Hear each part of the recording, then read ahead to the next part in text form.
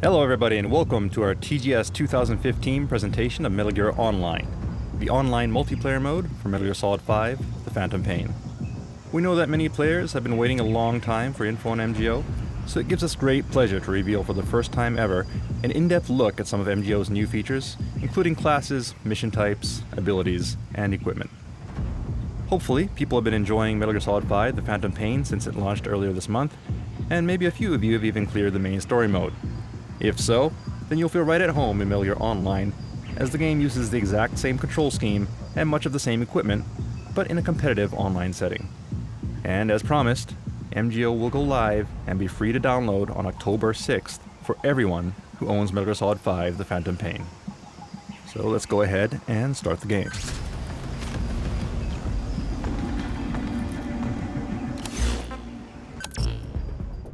For your player character, you can choose the avatar that you created at the beginning of Metal Gear Solid 5, The Phantom Pain, or you may also create new characters if you wish.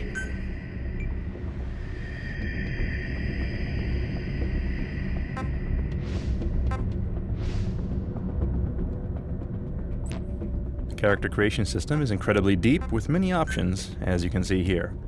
And if we wanted, we could take all day tweaking things, but for now, let's go ahead and go with this.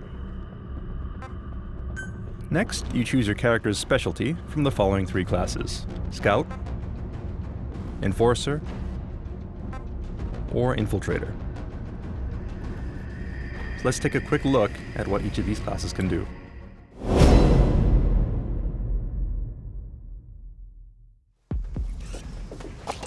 Infiltrators excel in close-range combat. They're very quick on their feet, and they can be very lethal when paired with stealth camo. Here we see an infiltrator sneaking up behind an enemy to interrogate them and extract the location of opposing team members. Naturally, you can also sneak up on enemies and kidnap them using the Fulton as well. Long story short, if stealth is your thing, then the infiltrator class is the one for you.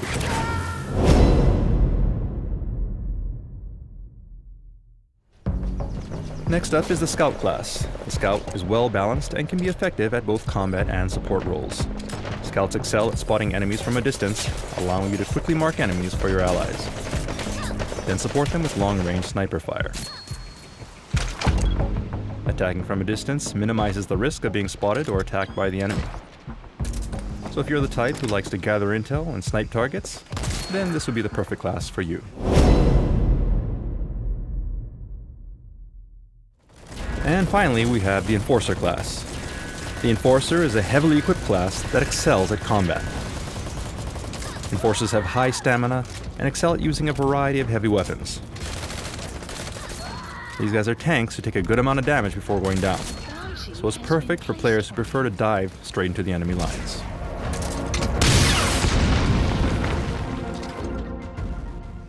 Alright, so now that we've explained the classes, let's jump into an actual mission. There are several mission types to choose from, but for today we'll introduce you to the Bounty Hunter mission. The premise is fairly straightforward. All you have to do is eliminate as many enemy players as you can. However, this rule set features some dynamic twists that make matches very unpredictable, enabling players to quickly turn the tide of battle with strategic play.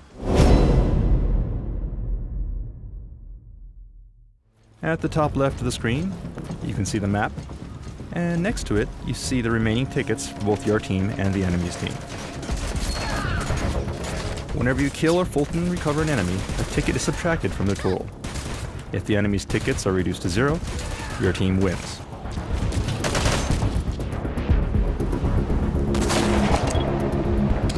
And these yellow marks indicate bounty points. A bounty point gets added every time you defeat an opponent. In other words, opponents who have very high bounty points have defeated many of your allies.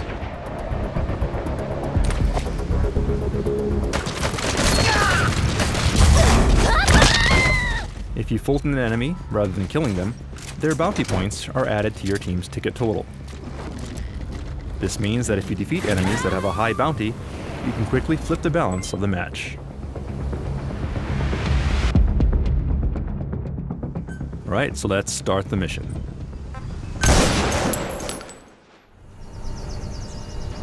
Good luck! Good luck! Give it all! Good luck! It's your show now! Go You coming? Heading your way. Alright, so the names of your comrades are displayed in blue above their head.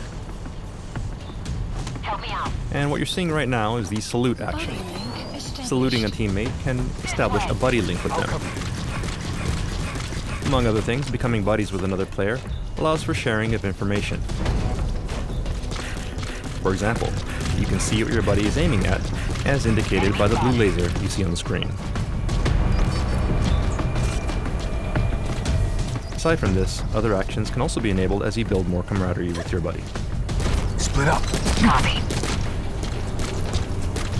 So let's take a look at some of your other teammates.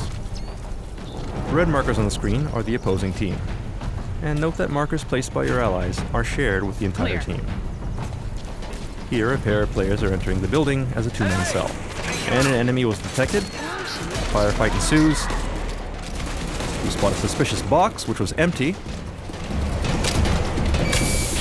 And it turns out it was a trap because we have a sleep mine. And the enemy was actually in stealth camo and is now taken as hostage. But, as you can see, one of our teammates managed to score a sniper shot on the guy and save us. So thanks to our buddy there. Alright, so now we're going to take the view of the sniper. And we see some of our teammates down below. So let's see if we can lend them a hand. Let's scope out the area and see if we can provide some cover fire. Oh, but no, it's a dreaded plush snare. Anyone who looks at it is overwhelmed by its cuteness and will be unable to move, even if it's just through binoculars. That sniper's now disabled.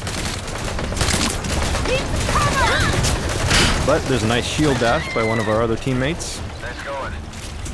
We'll go ahead and Fulton the enemy and take their tickets. You coming? And establish a new buddy link. Note that buddy links can be re-established and changed at any time. Right, and in the meantime, let's see what some of the other teammates are up to. Nope, and it looks like we ran into some enemies here.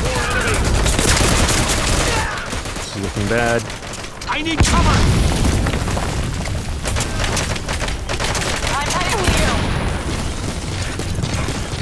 you. Nice stun, but looks like we were hit by a Fulton cannon. With no teammates around to save us, we're immediately removed from the field. Meanwhile, one of our infiltrators is making good use of stealth camo to capture and interrogate an opposing team member. This enables you to automatically mark opponents and share their location with the rest of the team. And on the bridge, we see our guys are being pushed back by our walker gear, but we're too far to offer support. In cases like this, you can use a bit of technology that may look familiar from the main game. What we did is we used a wormhole to instantly transport ourselves to our buddy's location.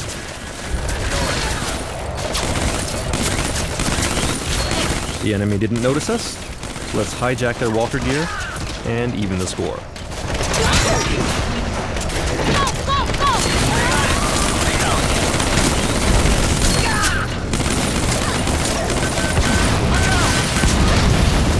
Alright, and our walker gear was hit. And it looks like it was that guy in the red beret from before. Marking him reveals that he has a huge bounty on his head. And our infiltrator was hit by a missile. But if we can Fulton this guy in the red beret before time runs out, we can instantly turn the battle around and win the match. There's not much time left, and the blue team is dangerously low on tickets. At this rate, we will lose, so we need to Fulton this guy before the timer runs out.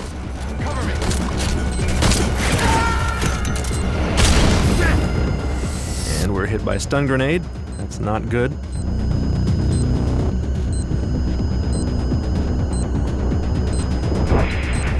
Help me out. Gotcha. But our comrade rescues us, and with a well-timed Fulton punch, we can instantly Fulton the guy in the red beret, turning his bounty into blue tickets just as time runs out. Solid wins. And Team Solid wins in an amazing upset. Job well done. And that concludes the mission for today. But before we end today's presentation, we'd also like to give you a quick peek at another exciting feature of MGO. Unique characters. As teased previously, Ocelot is playable in MGO, and aside from being able to dual-wield revolvers, he can also use ricochet shots to hit targets that aren't in his direct line of fire, allowing him to hit enemies even if they're taking cover. Pretty good, huh? No, but wait, was that a remote-controlled arm? Yes, Snake also makes his appearance in MGO, complete with his bionic arm, which gives him various unique abilities, such as the ever-popular Rocket Punch. Well done, boss. Alright, and that concludes our TGS 2015 presentation of Metal Gear Online. Players can look forward to discovering other stages, mission types, equipment, and abilities for themselves when MGO goes live next month on October 6th. Metal Gear Online is the competitive multiplayer component for Metal Gear Solid 5 The Phantom Pain, and will be freely available for everyone who owns the game. So mark your calendar, and be sure to download the update when it goes live.